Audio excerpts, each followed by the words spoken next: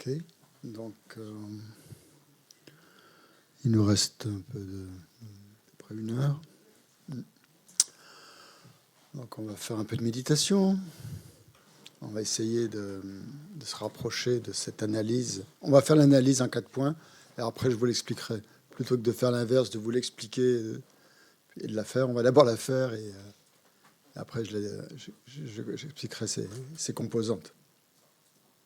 Je vais juste vous poser des questions. Et puis, on va la faire très rapidement, justement, pour pas que ça dure trop longtemps, que vous vous ennuyiez. Donc, vous répondez aux questions que je vais vous poser. Vous répondez mentalement, bien sûr. Alors, attention, c'est une analyse ultime. On analyse un jeu qui nous apparaît donc intrinsèquement. Donc, qu'est-ce que je voulais dire?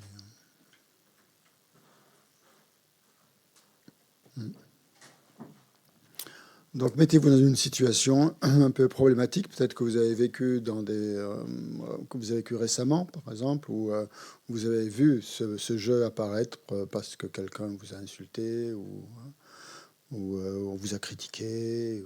Voilà. Essayez de vous rappeler la situation, de vous rappeler le moment, comment ça s'est passé, et surtout ce que vous avez ressenti. Essayez de bien ressentir cette présence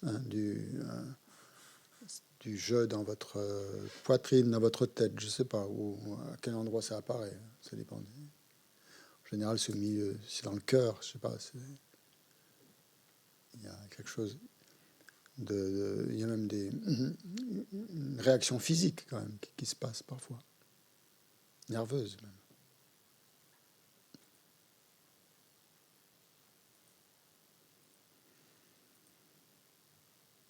On peut avoir cette sensation, par exemple, lorsqu'on ne se sent pas à sa place dans un certain endroit, où on se sent comme en porte-à-faux par rapport aux autres, où on se sent mal à l'aise.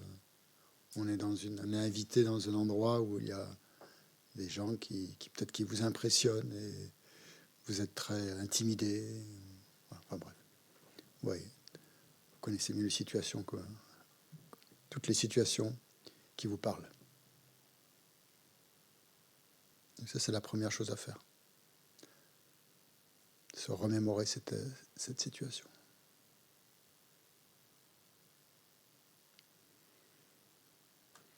Pour partir d'une expérience bien précise.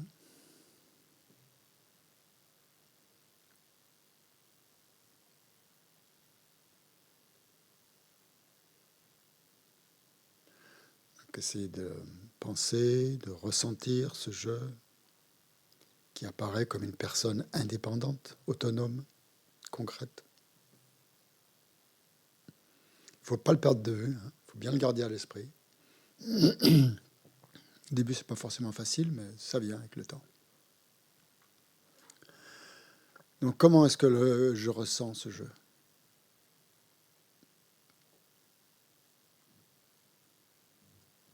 Comment ce jeu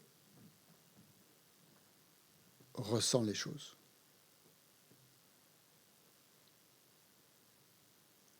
Où est ce jeu ? Quel est ce jeu ?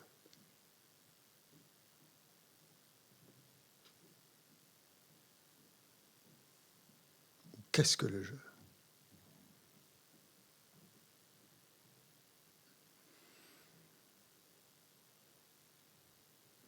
Est-ce que c'est mon corps ?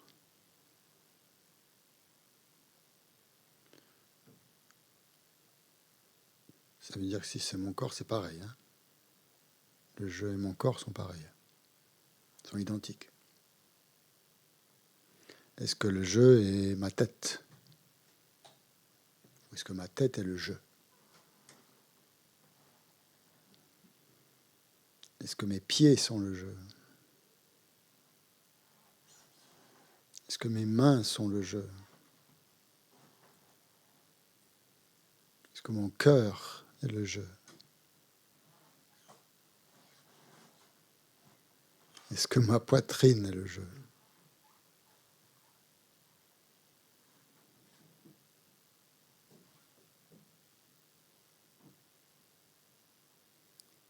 Donc ça Est-ce que j'ai un corps?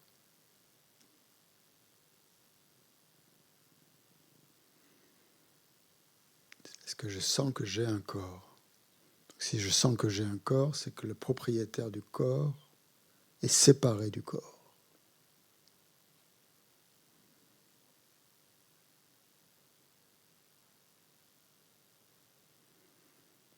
Donc c'est peut-être l'esprit qui est le jeu. Est-ce que mon esprit est le jeu?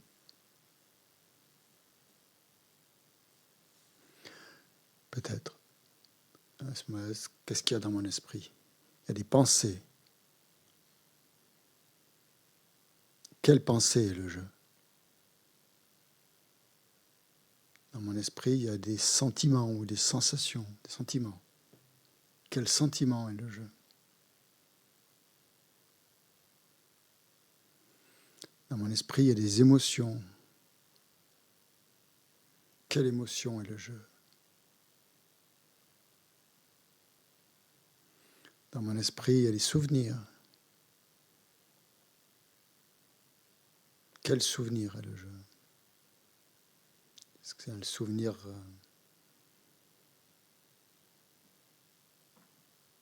de quel moment? Est-ce que mes projets sont le jeu? Est-ce que mes soucis sont le jeu?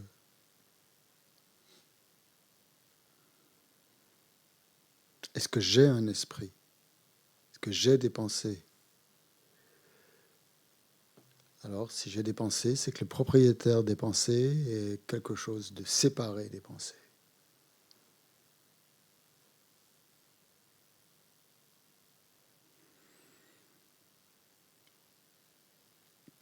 Il est séparé de l'esprit. Donc, il y a une troisième possibilité. Est-ce que le jeu est la combinaison, l'ensemble du corps et de l'esprit?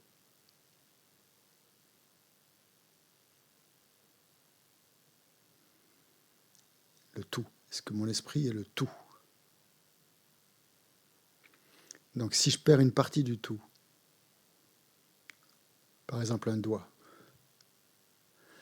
est-ce que je perds une partie du moi?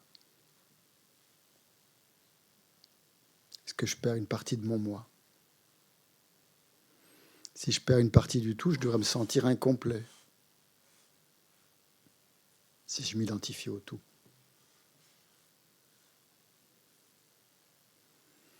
Si j'oublie quelque chose, si j'ai un oubli, si je ne me souviens plus de quelque chose, est-ce que j'ai perdu quelque chose de moi?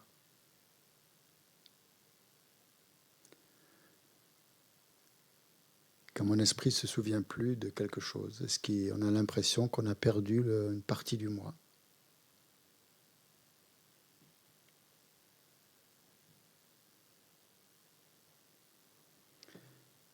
Est-ce que quelque chose peut être à la fois le corps et l'esprit en même temps?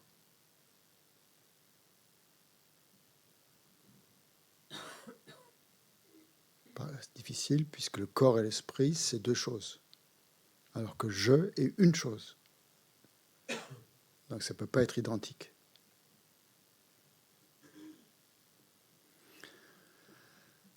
Donc le jeu pourrait être... Est-ce que le jeu est séparé du corps et de l'esprit? Distinct. Est-ce qu'il y a une troisième chose, par le corps et l'esprit, qui serait le jeu, qui serait une entité indépendante du corps et de l'esprit, qui est moi? Peut-être. Dans ce cas-là, où est ce jeu? Est-ce qu'il est dehors, à l'extérieur de mon corps et de mon esprit?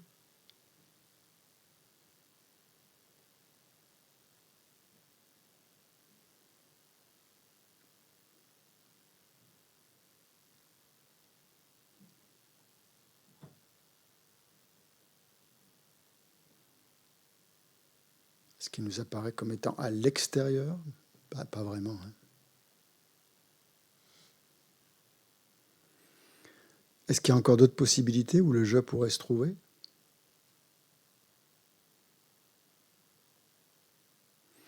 S'il n'est ni le corps, s'il n'est ni l'esprit, s'il n'est ni la combinaison des deux, et s'il n'est pas séparé des deux. 4 possibilités qu'on a épuisées, et on ne trouve pas de jeu. On trouve une absence de jeu.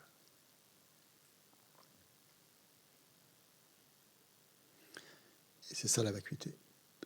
L'absence de ce jeu qui semble exister intrinsèquement.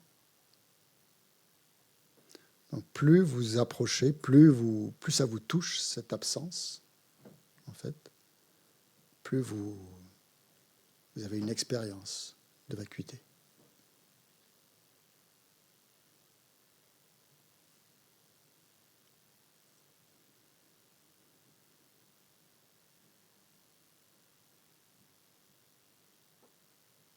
La même absence que, par exemple, quand si vous avez une voiture que vous garez sur votre parking et qu'un matin, quand vous vous levez, votre voiture n'est plus là parce qu'on vous l'a volée. On vous l'a prise ou que vous l'avez prêtée à quelqu'un ou que vous en souveniez plus. Et quand, tout d'un coup, à la place de votre voiture, il n'y a pas de voiture.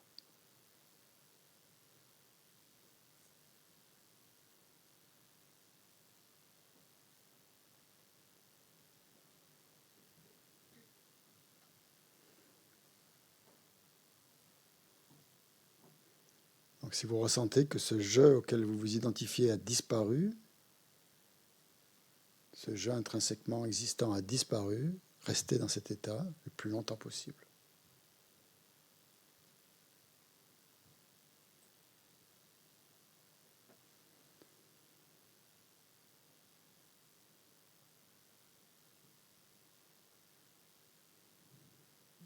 Mais n'ayez pas peur, vous êtes toujours là.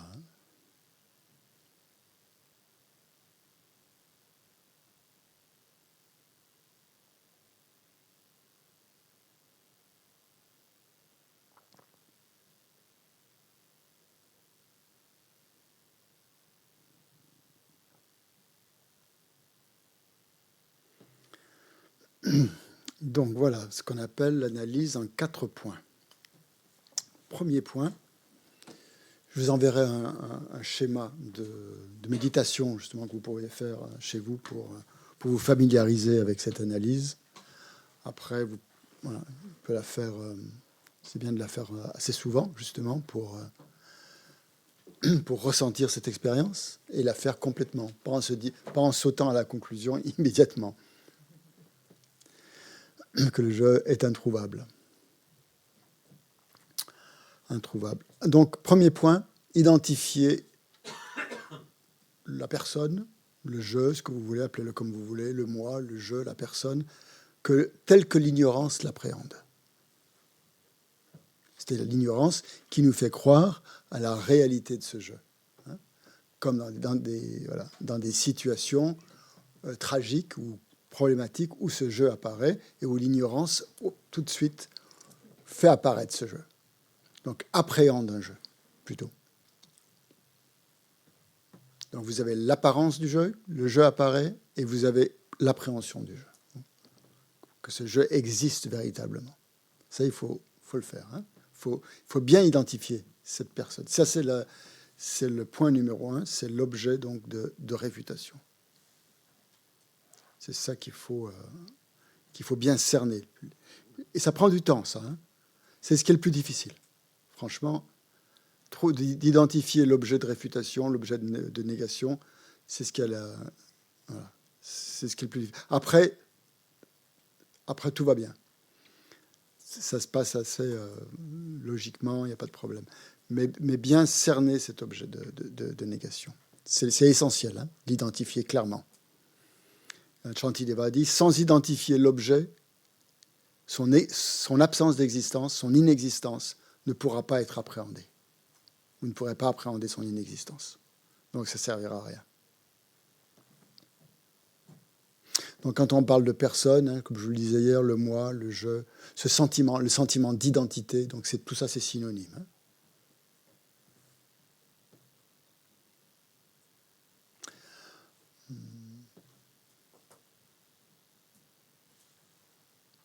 Donc le jeu qu'il faut réfuter, c'est le jeu auquel on attribue une existence intrinsèque. Alors, attends, bon. Il y a deux types de jeux. Hein.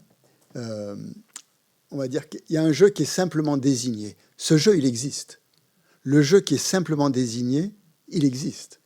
Hein. Quand on dit, je ne sais pas, moi, je marche, je suis assis sur le coussin, il y a un jeu qui est simplement désigné sur la base de désignation, c'est-à-dire les agrégats, le corps et l'esprit auxquels voilà. Il y a un tel jeu. Un jeu simplement désigné sur sa base de désignation, qu'on dit les 5 agrégats. Voilà. Ce jeu existe conventionnellement, hein, bien sûr. Il existe conventionnellement. Comment est-ce qu'il existe? Comme une production interdépendante, mais il n'existe pas de manière absolue. Okay? Il n'a pas une existence absolue. Il n'existe que par interdépendance du corps et de l'esprit, des agrégats, ce que vous voulez. Donc ça, ce jeu simplement désigné, ce qu'on appelle le jeu simplement désigné, hein, ou le jeu conventionnel, si vous voulez. Le deuxième type de jeu, celui qu'il faut réfuter, c'est l'entité qui est conçue en attribuant à ce jeu simplement désigné des caractéristiques propres. C'est celui-là qu'il faut réfuter. Hein. C'est-à-dire, sur la base d'un jeu qui est simplement désigné, on ajoute, on surajoute, on surimpose, on superpose une existence véritable. Donc ce qu'on va éliminer, je vous montre le fonctionnement, ce qu'on va éliminer, ce n'est pas le jeu, c'est l'absence d'existence intrinsèque du jeu. C'est ça qu'on élimine. Le jeu conventionnel, il reste tel quel, il ne bouge pas. Ce qu'on élimine, c'est cette appréhension d'un jeu comme existant véritablement. Parce qu'on lui attribue une existence qu'il n'a pas. Une fausse existence. On attribue une fausse existence au premier type de jeu, au premier jeu. Et ce jeu, donc le premier type de jeu, il existe conventionnellement. Bien sûr, on a tous une existence conventionnelle qui fonctionne. Le deuxième type de jeu, il n'a pas d'existence ni ultime, ni conventionnelle. Il n'existe pas du tout. C'est une pure hallucination, disent les nomades. Une hallucination totale. Hein. C'est-à-dire quelque chose qui nous apparaît, mais qui n'existe pas, tel qu'il nous apparaît. Hein. Okay. C'est-à-dire totalement imaginaire, en fait. Comme un personnage de fiction qu'on a inventé. Complètement inexistant. On peut lui donner toutes sortes de noms, hein, à ce personnage de fiction.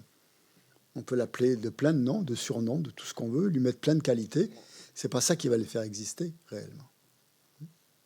Donc c'est ça, ce deuxième type de jeu qu'on va réfuter, et non pas le premier. Mais après, le problème, il est là. Il est pour nous, ils sont liés les deux. Ils sont collés. Donc l'analyse, c'est de les dissocier. Consiste à les dissocier. Et plus on va travailler là-dessus, plus on va faire cette méditation, plus on va apprendre à les dissocier. Et l'ignorance, c'est ça. L'ignorance, c'est ce facteur mental qui plaque une existence véritable sur ce jeu conventionnel, qui mélange les deux. C'est simplement ça, l'ignorance. Donc vous voyez, ce n'est pas quelque chose d'impossible à démêler, quoi. C'est juste à décoller. C'est juste que ça prend du temps, que c'est assez subtil à faire, et ça demande qu'on s'y intéresse. Donc, intellectuellement, vous avez tous compris, hein, cette compréhension intellectuelle, donc, de la manière erronée de considérer le jeu, c'est nécessaire de l'avoir. Donc, je pense que vous l'avez bien comprise. Maintenant, c'est un premier pas. Vous l'avez bien comprise, mais c'est pas suffisant. C'est pas suffisant. Il faut bien vous dire ça. Vous pouvez pas vous dire, oh, ok, j'ai compris, tout va bien. Ça ne va pas empêcher votre jeu, chaque fois, de réapparaître, de vous causer des problèmes, de vous causer des soucis, de vous emmener dans tout un tas d'histoires, de croire à son existence. Ça va continuer. Ce qui est important, donc, c'est d'avoir une expérience directe de ce processus de saisie du soi. Hein. Tant qu'on n'a pas eu cette expérience directe, voilà, on n'est pas dedans, quoi. Hein.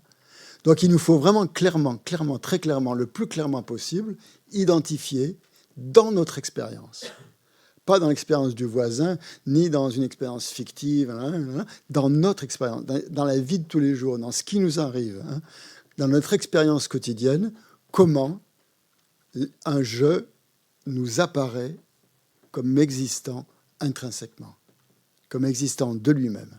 Comment ça se produit, exactement.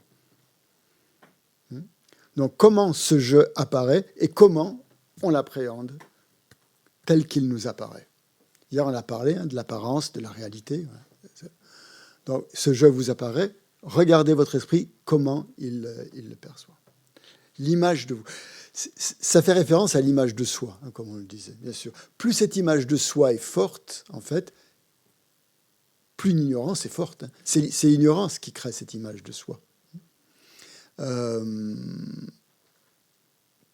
Pourquoi certaines personnes se mettent plus en colère que d'autres, par exemple, c'est parce que leur image d'eux-mêmes est plus forte et très forte, qui s'identifie très fortement à cette image de quelqu'un qui va être insulté ou qui va être blessé ou qui va être voilà, et plus cette appréhension du soi, cette image du soi est forte, plus cette personne va se mettre en colère, puisqu'elle sent bien que son moi intrinsèquement existant est attaqué.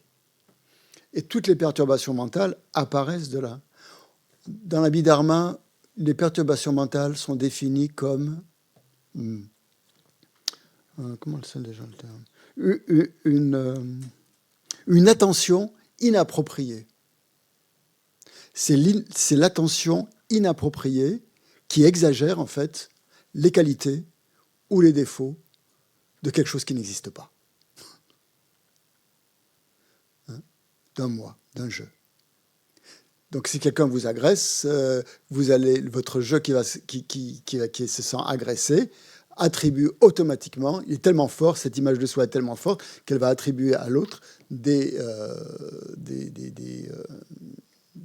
perception exagérée sur les défauts, sur les problèmes de cette personne-là, sur le caractère agressif de cette personne, parce que c'est le moi qui est touché. Elle ne pourra pas le voir sous un autre jour. Ça va complètement transformer sa perception de la personne. L'appréhension du soi que l'on a à cause de l'ignorance transforme nos perceptions. Ça, c'est indéniable. Si déjà on voit ça, on a fait un grand pas. En général, on est pris dedans.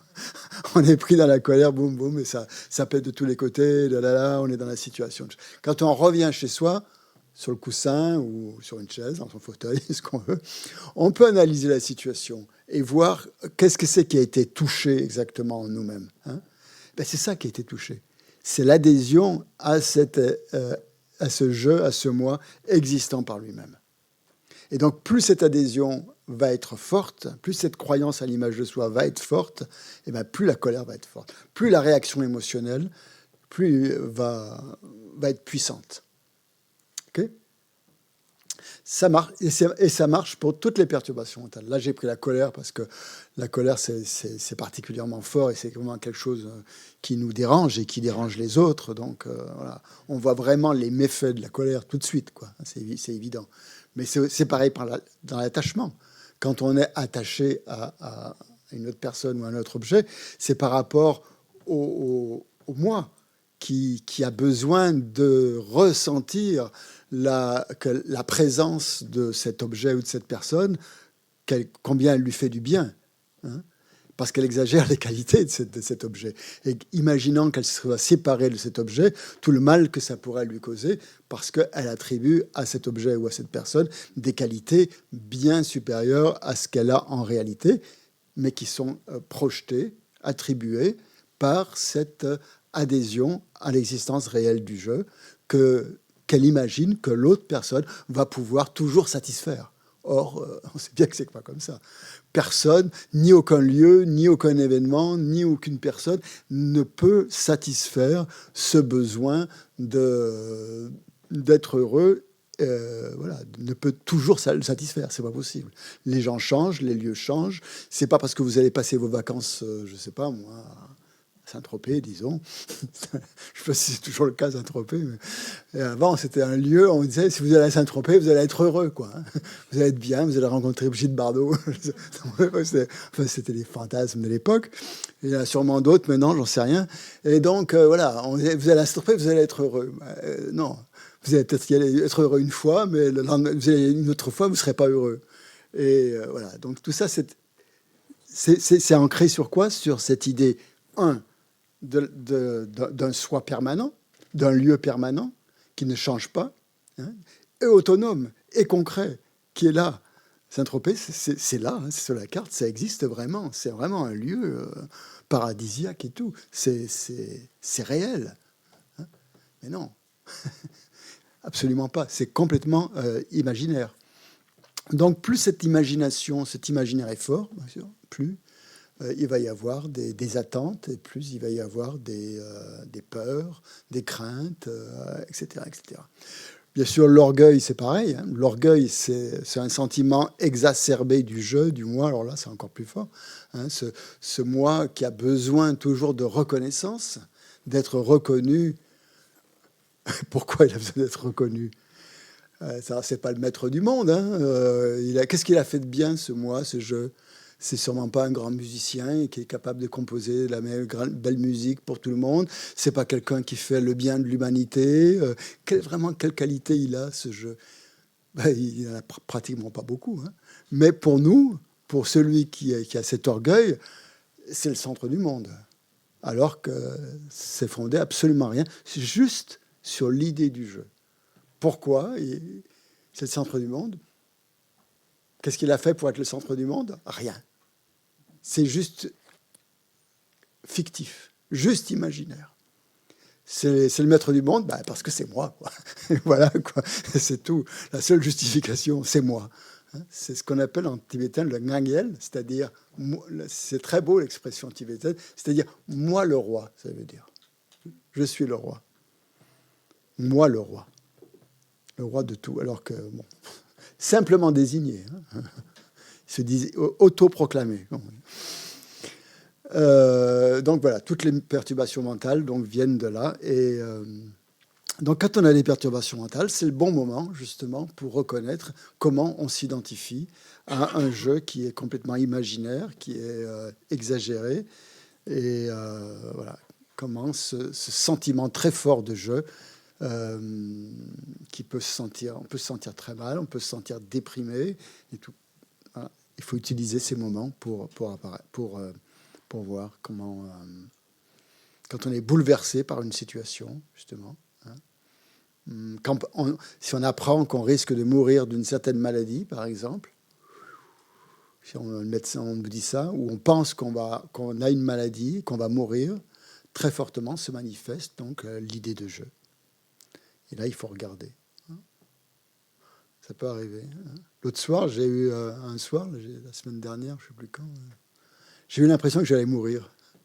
C'est vraiment, c'était que je pouvais, enfin pas que j'allais, mais que je pouvais mourir à l'instant. Je sais pas, j'avais une espèce de pincement comme ça. Et ça va déclencher une idée très forte, très très forte, que je pouvais mourir. Et là, vous regardez, qu'est-ce qui va mourir? Qu'est-ce que ça touche en vous? Et là, vous avez le jeu qui apparaît, forcément. Donc, c'était une très bonne expérience pour moi. Ça m'a permis de voir à quoi j'étais attaché. Forcément. Hein. Et quand c'est plus insidieux, quand c'est la douleur, quand c'est plus insidieux, je répète, parce que tu ne veux pas prendre des micros depuis longtemps, peut-être que... Enfin, redoubler, je crois. Non, je plaisante. Vas-y, prends le micro, vas-y.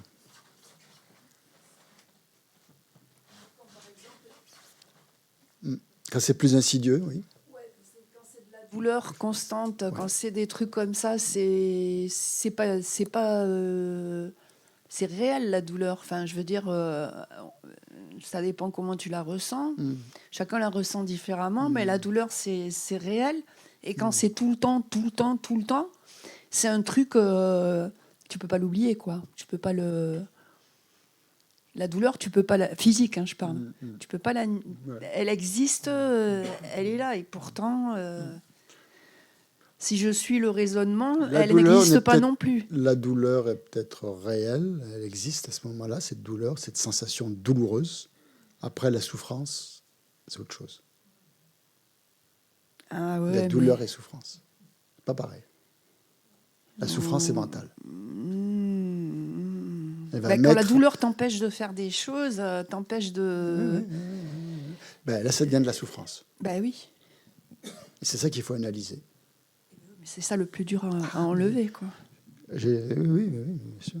C'était le premier enseignement du Bouddha, hein, justement, de partir de la souffrance pour expliquer tout le reste. Tout à fait d'accord. Il faut s'en servir. je suis désolé. Mais c'est l'enseignement du Bouddha, c'est le cœur. Hein. Première noble vérité, la vérité de la souffrance. Mais oui. Ok. Cécile ? Ça suit. Ça suit un petit peu le questionnement de Pascal. En fait, tout à l'heure, j'écrivais, c'était comme une question, se libérer de la douleur, de la souffrance et des perturbations mentales pourrait nous permettre de se libérer du jeu. Mais en fait, ça va dans le sens contraire. C'est si on arrive à se libérer du jeu, on va pouvoir tout doucement... Ça va dans les deux sens. Ça va dans les deux sens, ouais. Ok.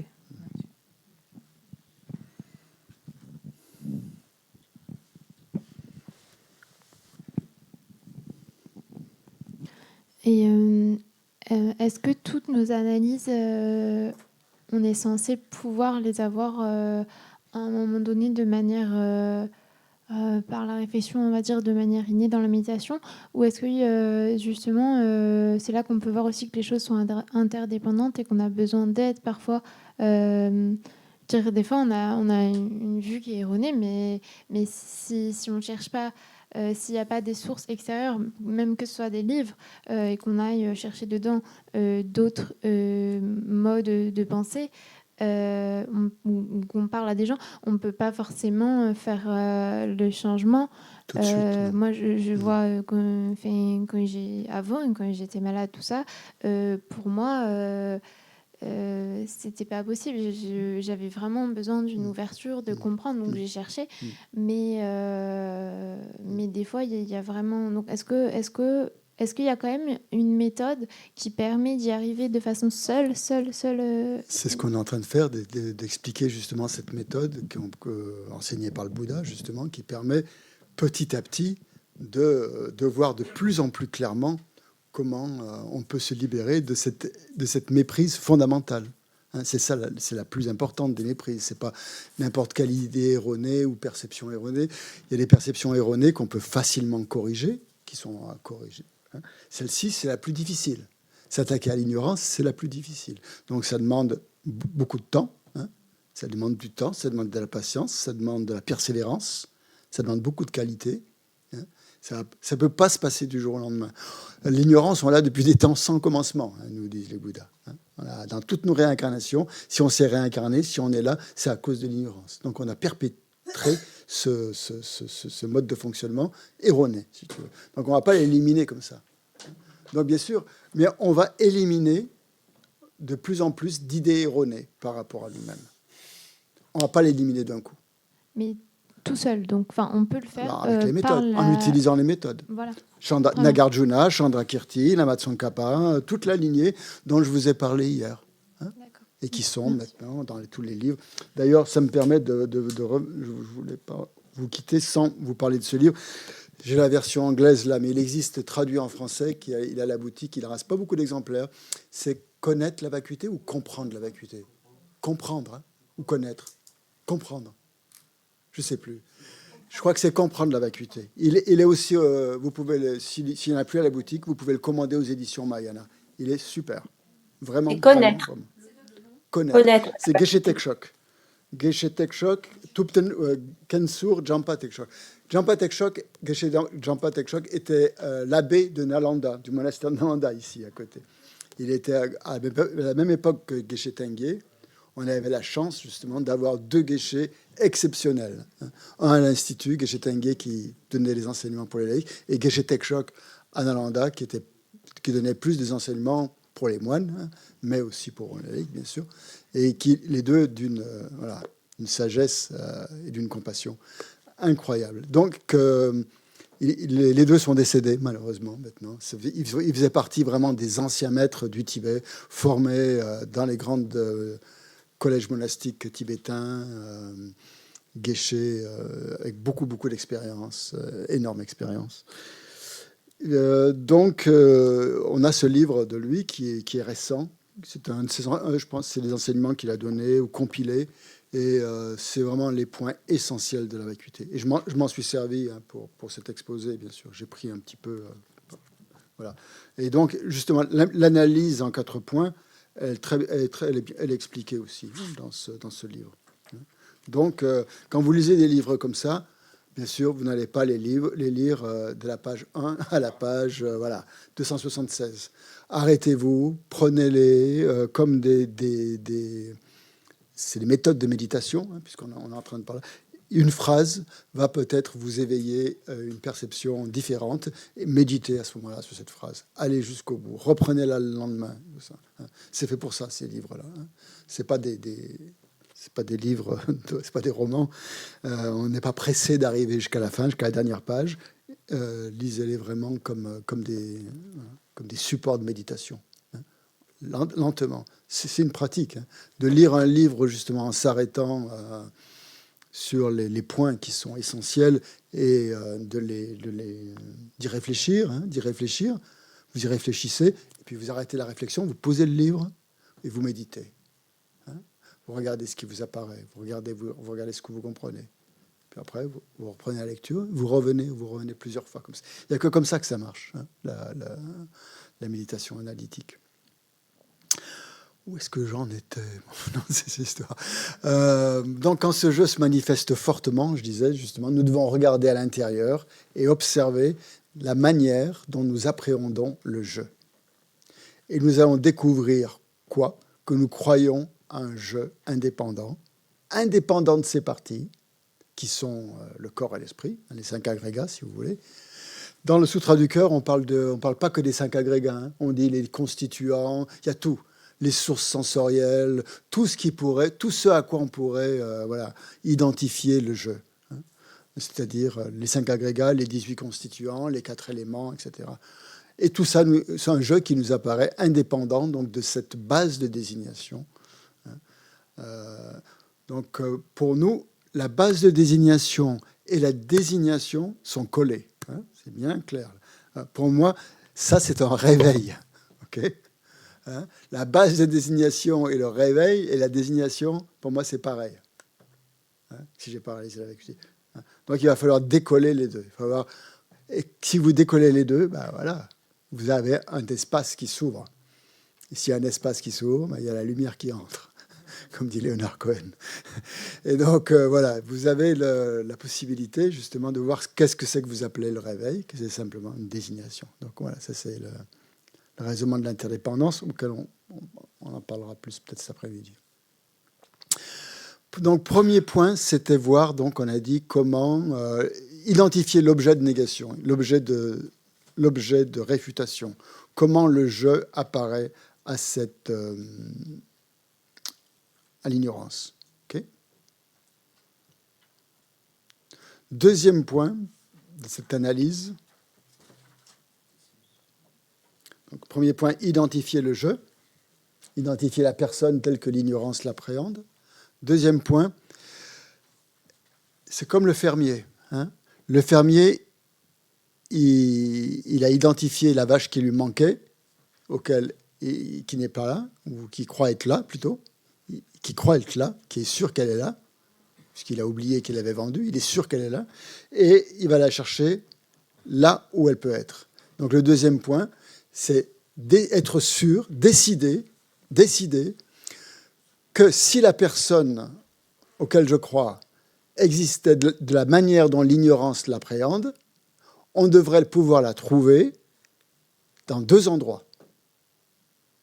Pas dans 3, pas dans 4, pas dans 5, pas dans 6. Seulement dans 2 endroits, qui sont le corps et l'esprit. Hein. Soit elle devrait être complètement identique au corps et à l'esprit, soit complètement distinct du corps et de l'esprit. Il ne peut pas y avoir d'autre solution. Et ça, vous devez en être sûr de ça. Si vous n'en êtes pas sûr, vous aurez le doute que peut-être qu'elle est ailleurs. Hein, c'est comme si vous avez perdu vos clés de voiture. Chez vous, c'est compliqué. Hein, elles peuvent être chez moi, elles peuvent être chez le voisin, elles peuvent être, si je suis allé hier, elles peuvent être à l'extérieur. Il y a plein de possibilités. Pour le jeu, c'est plus simple. Hein. Donc, soit ce jeu, il est lié au corps et à l'esprit, à la combinaison corps-esprit, soit il est différent. Lié, ça veut dire identique, hein, identique. Soit il est identique au corps et à l'esprit, donc il va falloir identifier, regarder s'il est dans le corps, regarder s'il est dans l'esprit, regarder s'il est dans la combinaison des deux. C'est la première possibilité. Il est identique, le jeu est identique. Identique, je vous rappelle, ça veut dire en tout point pareil. En tout point pareil, il n'y a pas de dire, oh ben là, il est presque identique, comme la tasse, hein, par exemple, qu'on disait hier. Non, identique veut dire complètement pareil. Ou alors, il est différent. Ce raisonnement, en 4 points, il s'appelle aussi le raisonnement du 1 et du multiple, ou de l'identique et du différent, ou on peut pas dire aussi comme ça, du 1 et du multiple, c'est-à-dire identique, ça veut dire 1 avec. Hein, 1 avec, ça veut dire identique. C'est-à-dire, est-ce que le jeu est 1 avec le corps, tel qu'il m'apparaît? Est-ce que le jeu est 1 avec l'esprit? Ou est-ce que le jeu est 1 avec l'amalgame corps-esprit?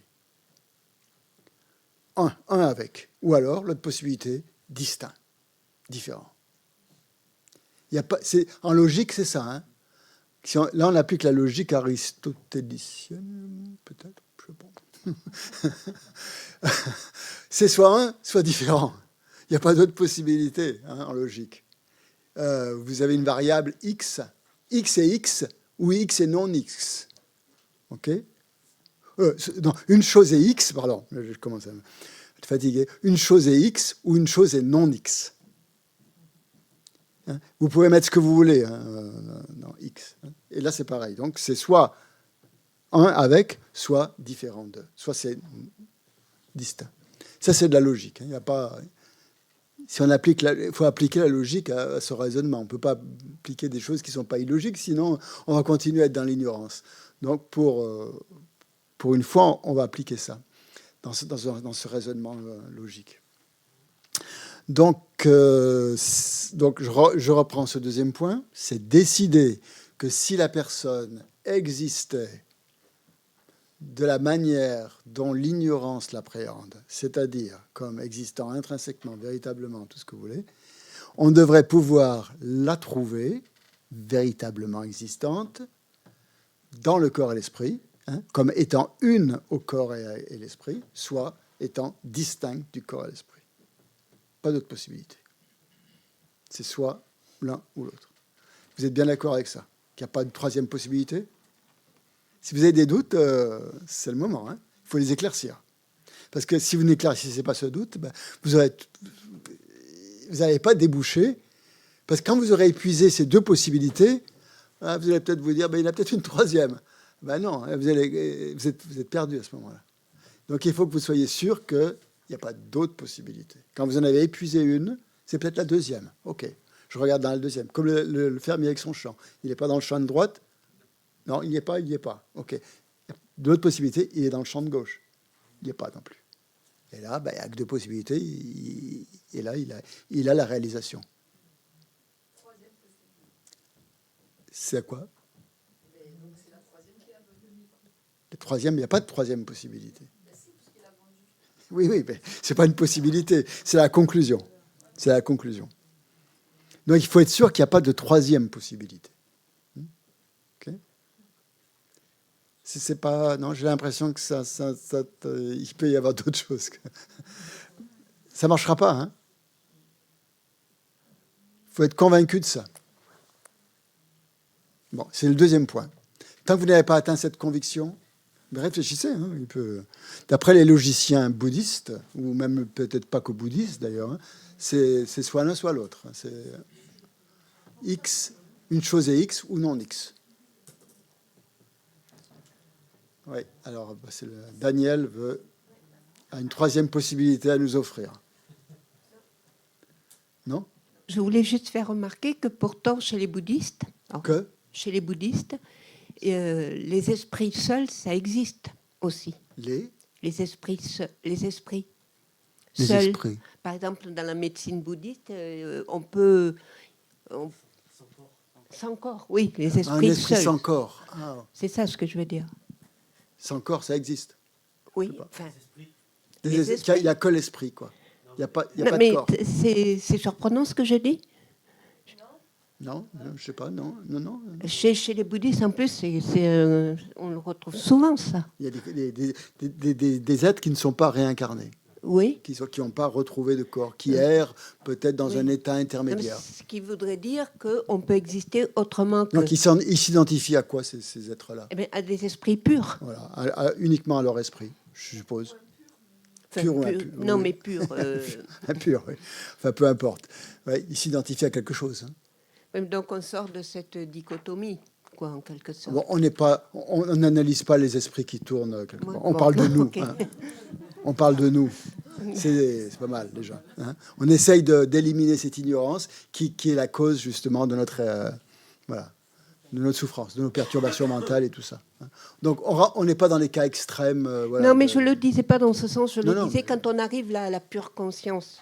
On pourrait C'est quoi la rentrer... pure conscience? Enfin, la pure conscience, c'est quand on médite et qu'on arrive à se débarrasser de nos pensées, et qu'on arrive... Ben là, c'est pas ce genre de méditation qu'on fait. On n'est pas du tout dans ce genre de méditation. Là, on est au contraire dans une méditation analytique. C'est-à-dire qu'on va utiliser les pensées, on va utiliser l'analyse en aiguisant le plus possible notre analyse, nos facultés conceptuelles pour déboucher dans un état non conceptuel. Mais c'est pas la méditation. D'accord, C'est une méditation vraiment analytique. merci. Ah, il y a pas... voilà. Ah ben, c'est un peu le Alors- bazar chez moi, alors. Alors après, une méditation analytique a besoin de concentration, je suis tout à fait d'accord, c'est sûr. Et il faut faire en sorte que justement les deux soient liés, alliés, que la concentration justement ne nuise pas à l'analyse ou vice-versa, que l'analyse ne nuise pas à la concentration. C'est ça, c'est un équilibre à trouver qui n'est pas facile forcément, bien sûr. Mais, bon. Ok. Oui. Le jeu qui observe les pensées, qui observe les émotions, quelle partie du mental est-ce que c'est? À ton avis? La conscience Moi, je dirais mentale. conscience, C'est la mais conscience mentale. Seulement? Alors, On va comment pas- est-ce qu'on décortique la Ouais, conscience mentale? on utilise. Non, on prend qu'un objet. On n'apprend pas 36 parce que là, on se perd. Si on décide de prendre là, on prend comme objet celui auquel l'ignorance adhère. C'est ça. Et là, c'est le jeu. On n'analyse pas les phénomènes. Là, on est dans un type d'analyse où c'est l'analyse du jeu, du moi, de l'existence véritable du jeu. Après, on pourra, quand on aura réalisé ça, ou même sans l'avoir réalisé, on peut projeter la même analyse sur d'autres phénomènes. On peut le faire sur l'espace, on peut le faire sur ce que tu veux après, sur n'importe quel phénomène. Mais là, on ne prend pas les phénomènes, on prend le jeu. Je vous ai dit, il y a une double saisie. Il y a la saisie du soi de la personne, c'est ça, c'est nous, et il y a la saisie du soi des phénomènes. Donc, là, on est dans la saisie du soi de la personne, du jeu qui nous apparaît intrinsèquement existant. C'est pas la même chose. C'est deux, mais ça va revenir au même. Mais on n'est pas dans... Là, pour l'instant, on regarde on est dans chercher le jeu dans le corps ou dans l'esprit. OK, donc le premier point, c'était trop identifier.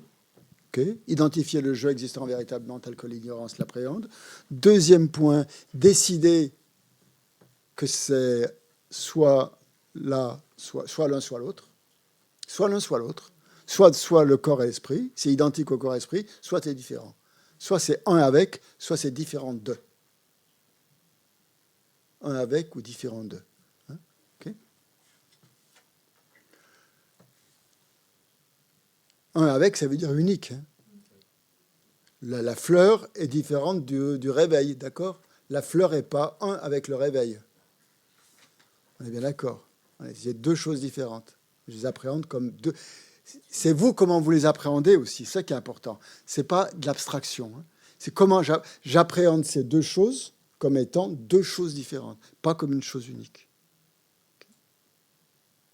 Par contre, moi, je m'appréhende comme une chose unique. D'accord? différente de vous, à cause de l'ignorance. Prouver que cette troisième point, donc là, ça va découler naturellement, les troisième et quatrième points, puisqu'on a décidé qu'il y avait deux possibilités, on va analyser ces deux possibilités. Et on va se prouver à soi-même. C'est ça l'analyse, la méditation analytique, en fait. Elle a pour but de nous prouver à nous-mêmes que cette personne à laquelle on adhère, etc., très fortement, elle est introuvable dans le corps et dans l'esprit. Okay, et dans la combinaison des deux. Elle est introuvable, là. Elle n'est pas un avec le corps, elle n'est pas un avec l'esprit, elle n'est pas un avec la combinaison des deux. Ça, c'est le troisième point. On va arriver à cette conclusion qu'elle n'est pas là, hein, que c'est pas ça. Le je n'est pas le corps, que le je n'est pas l'esprit, que le je n'est pas la combinaison des deux. Et le quatrième, c'est l'autre cas, prouver que cette personne, ce je, intrinsèquement existant, est introuvable aussi, indépendamment du corps et de l'esprit. Okay, il n'est pas un avec, il est introuvable comme existant véritablement un avec, et il est introuvable comme existant indépendamment, véritablement indépendamment, j'ai beaucoup d'adverbes, je suis désolé, du corps et de l'esprit. C'est 3 et 4, c'est ça. Ouais. C'est pas clair? Je recommence. Premier point, identifier. Ça, c'est bon. Deuxième, décider, être sûr de. Troisième, prouver. Troisième, prouver que le je est introuvable, le je existant intrinsèquement est introuvable dans le corps-esprit, dans le corps et l'esprit. C'est-à-dire un avec le corps et l'esprit. Il faut se le prouver, ça. Et quatrième, prouver que le je est introuvable indépendamment du corps et de l'esprit. S'il était indépendant du corps et de l'esprit, ça voudrait dire qu'il y a un je. Indépendant veut dire complètement indépendant, qu'ils n'ont rien à voir l'un avec l'autre, comme le réveil et la fleur. Le réveil et la fleur sont complètement indépendantes. Vous êtes bien d'accord? Et là, ça devrait être pareil. Si le je, puisqu'il n'y a que deux possibilités. Donc, soit l'une, soit l'autre. Alors, le premier point, je vous dis, c'est celui-là le plus difficile. Hein, c'est bien trouver cet objet de réfutation et pas parce qu'il est fugitif. Hein, il est fugace. Il va fuir. Pourquoi il fuit? Parce qu'il n'existe pas. Il n'existe pas. Donc, le jeu qui existerait véritablement n'existe pas. Le jeu conventionnel existe. Il marche. Celui-là, on le trouve. Pas de problème. Hein, okay. Mais le jeu existant véritablement, il est créé par nos pensées. Il est créé par nos concepts. Il est créé par nos émotions et tout ça. C'est nos émotions qui le créent. Hein. Donc, il est très, très, très fugitif. C'est pour ça qu'il faut utiliser ces moments précieux où il nous apparaît dans un conflit, par exemple, avec quelqu'un, ou dans n'importe quoi, n'importe quelle situation, et vraiment, vraiment le regarder. Au début, c'est dur, parce qu'il va disparaître tout de suite. Vous allez l'avoir là. Il faut se rejouer la pièce de théâtre, rejouer le scénario. Hein, c'est un peu ça. Vous êtes dans le scénario, vous êtes le personnage principal. Hein, et vous revivez la scène à fond, hein, vraiment. Hein. Là, c'est une méditation aussi, de se projeter dans cette scène, dans cette méditation, de revivre. Et là, vous allez le voir apparaître. Ça ne va pas prendre des heures. Hein. Ça ne doit pas prendre des heures. Parce que les émotions, ça ne prend pas des heures. C'est quand même quelque chose de rapide, comme l'éclair. Hein. Et ça va surgir. Et là, quand il surgit, regardez-le, observez-le. Et vous allez bien le voir, comment il est. C'est ça la cible. Ça va être la cible, ça, hein, qu'il ne faudra pas manquer. Et cette cible-là, et vous l'analysez. Donc c'est ça le jeu qui apparaît existant véritablement. Donc ce jeu doit être trouvable puisqu'il existe, puisqu'il m'apparaît. Je suis désolé, quand quelque chose vous apparaît, en général, on n'en a pas beaucoup parlé hier, c'est que ça existe. Hein? Pourquoi ça vous apparaît? Il y a une existence quand même dans ce qui vous apparaît. Oui, peut-être. Donc, pourquoi les phénomènes vous apparaissent? Alors, on pense généralement qu'ils nous apparaissent d'eux-mêmes, parce qu'ils sont là. On quitte la pièce, il y a un réveil sur la table, on rentre dans la pièce, de nouveau, il y a un réveil sur la table, c'est le même réveil. Ok, on ne se pose pas de questions, tout va bien, c'est la conventionnalité, parfait. Voilà. Donc les choses nous apparaissent dotées de cette existence propre. Hein, voilà. Ça, c'est pourquoi les choses nous apparaissent? Qu'est-ce qui fait que les choses nous apparaissent? C'est la grosse question, ça, dans le bouddhisme. Hein, comment expliquer l'apparence des choses? Soit c'est les choses elles-mêmes, ça on le réfute, soit c'est l'esprit. C'est l'esprit, les choses n'apparaissent pas d'elles-mêmes, elles apparaissent de l'esprit. C'est une école philosophique bouddhiste qui dit ça. Mais ça déplace le problème parce que au lieu de mettre le problème sur les choses, on le met sur l'esprit. À ce moment-là, l'esprit il existe véritablement. Vous comprenez? C'est l'esprit qui fait apparaître les choses. Hein, mais l'esprit, il existe alors, à ce moment-là. Alors, une autre école dit non, les choses sont simplement désignées, sont interdépendantes. Donc peut-être qu'il faut accorder une part de réalité à la chose, une part de réalité à l'esprit. Il y en a qui font ça aussi, qui donnent une part de réalité aux deux. Et il y en a comme les Madhyamika Prasangika qui disent que il n'y a rien, au-delà de la simple désignation, il n'y a rien.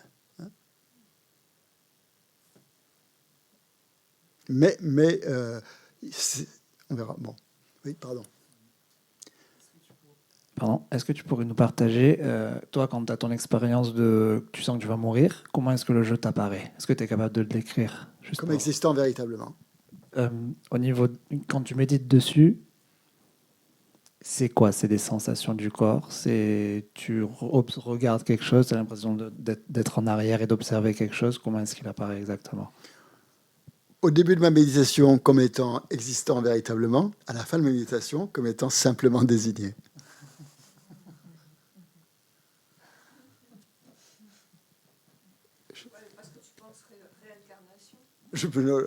Non, je pensais... oui, on pense toujours qu'on va se réincarner, mais pas forcément. Il y a une absence, à ce moment-là, une disparition, quoi, qui se passe. Comme quelque chose a disparu. Je ne suis pas en train de dire que j'ai réalisé la vacuité. Hein. Ne vous méprenez pas. Je ne suis pas en train de dire que grâce à cette expérience, j'ai une expérience directe de la vacuité. C'est pas ça. J'ai juste une petite perception, peut-être conceptuelle encore, que le jeu pouvait disparaître. Si je comprends bien, c'est l'esprit qui crée le jeu pour...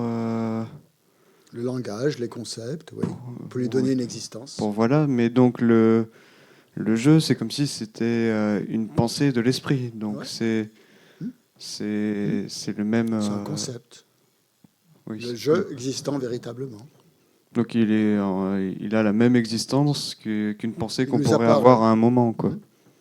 Okay. Oui, mais en général, une apparence assez forte quand même. Oui, beaucoup plus long, mais c'est le... Oui, bien forte en général. Puisqu'on s'identifie à ça, à quelque chose, à une pensée.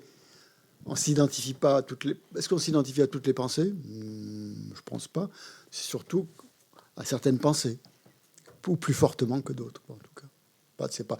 Les pensées, il ne faut pas forcément les rejeter. Hein, je sais pas. Là, justement, on est en train de se servir de la pensée pour les utiliser comme outil. Ok, merci. Oui, Christian. En ligne, oui.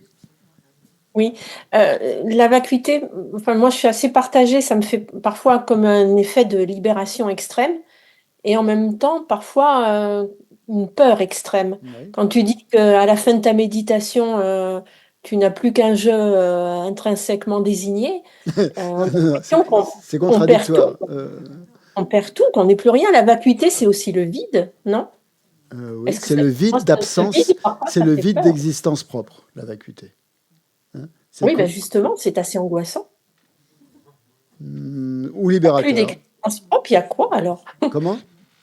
S'il n'y a plus d'existence propre, il y a quoi? C'est angoissant si on nie trop. Si on nie l'existence conventionnelle, ça peut être angoissant. Mais il faut bien voir que l'existence conventionnelle, je ne suis pas mort, hein. J'ai continué à exister. Hein. Il y a toujours un jeu conventionnel qui existe. Il ne faut pas mélanger l'analyse ultime et l'analyse conventionnelle. À la fin de votre analyse ultime, normalement, le jeu conventionnel continue d'exister. Donc il n'y a pas d'angoisse à avoir. Ce qu'on élimine, c'est l'existence véritable. C'est subtil, hein, la différence. Ah ben oui, c'est très. Surtout pour les madhyamika prasangika. Quand c'est aux simple désignation, c'est très, très subtil. Merci. Oui. Est-ce que le jeu peut être résumé à l'ensemble des perturbations mentales? C'est pas la même définition. Hein? Les perturbations mentales, ce sont des événements mentaux qui qui troublent l'esprit. Hein? Les perturbations mentales troublent l'esprit parce que il y a une attention inappropriée sur un jeu. C'est deux choses différentes. Sur un jeu qui est créé, mentalement créé, ou attribué, construit, disons, à partir de mots, à partir du langage, à partir de concepts. C'est l'image qu'on va véhiculer par rapport au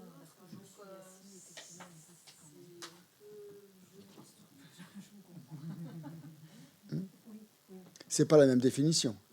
Après, quel jeu? Je réalise parce sur que quoi, oui, parce que on peut. Le jeu n'est pas désigné sur les perturbations mentales. Parce qu'on peut très bien dire je suis assis, être assis. Quand on dit je suis assis, c'est pas une perturbation mentale. Voilà. Exactement. C'est bon. Quand on est assis, le jeu est simplement désigné à ce moment-là sur la position du corps.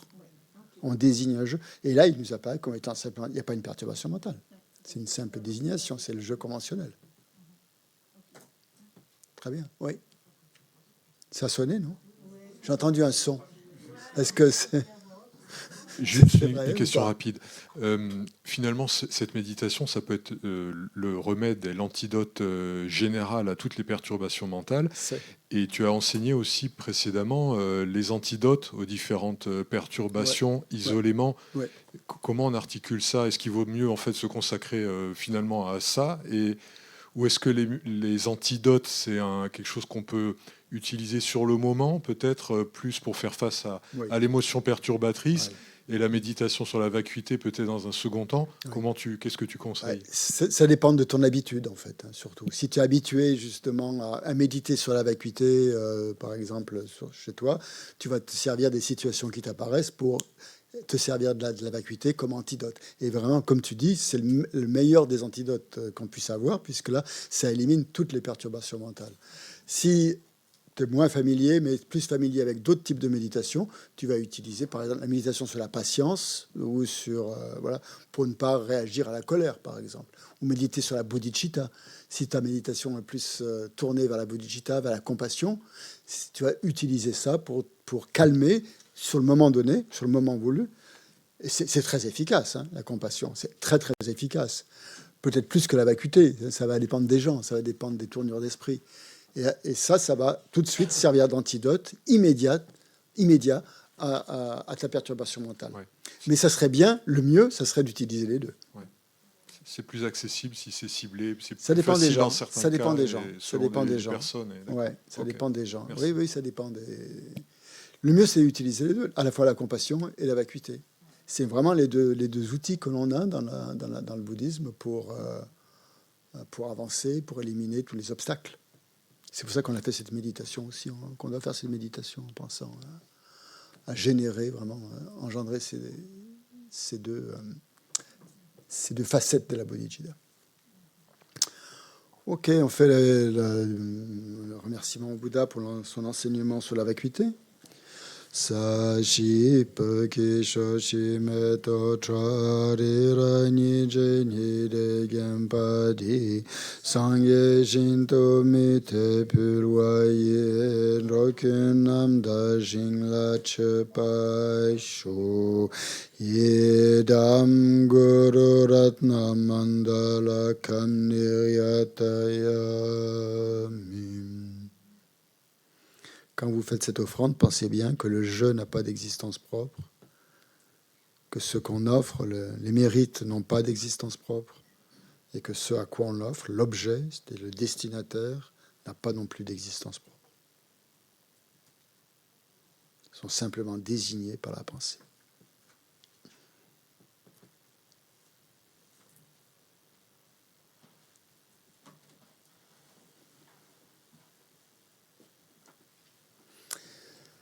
Ok.